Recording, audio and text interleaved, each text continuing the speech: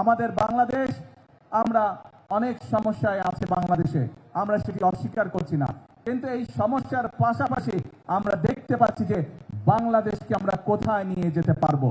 প্রিয় বন্ধুরা, আমরা জানি তোমাদের যে স্কুল কলেজগুলো আছে, স্কুলগুলো আছে, অনেক স্কুল হয়তো তোমাদের সঠিকভাবে বসার ব্যবস্থা নেই, অনেক স্কুলে হয়তো ফ্যান ঠিকভাবে নেই। আমরা কাজ করছি, তোমাদের এই সরকার কাজ করছে তোমাদের স্কুলগুলো যাতে ধীরে ধীরে আমরা গড়ে তুলতে পারি। কিন্তু আজকে এই নতুন করে স্পোর্টস ইভেন্টে তোমাদের কাছ থেকে আমি একটি কথা নিতে চাই।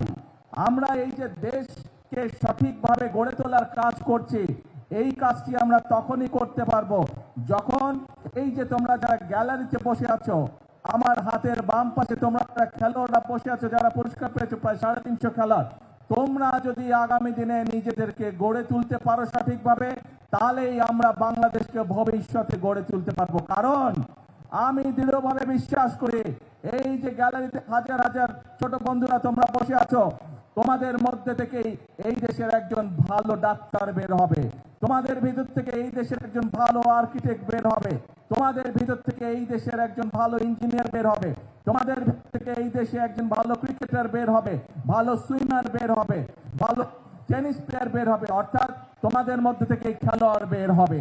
আজ তোমরা সেটা প্রমাণ করে দেখিয়েছো। তোমাদের মধ্যে থেকেই এই দেশে বের হবে যারা এই দেশকে সামনের দিকে এগিয়ে নিয়ে যেতে পারবে। কাজেই নিজেকে কখনো ছোট ভাববে না, নিজেকে গড়ে তুলতে হবে। তুমি যত শক্তভাবে নিজেকে গড়ে তুলতে পারবে, তুমি তোমার বাংলাদেশকে তত সুন্দরভাবে গড়ে তুলতে পারবে।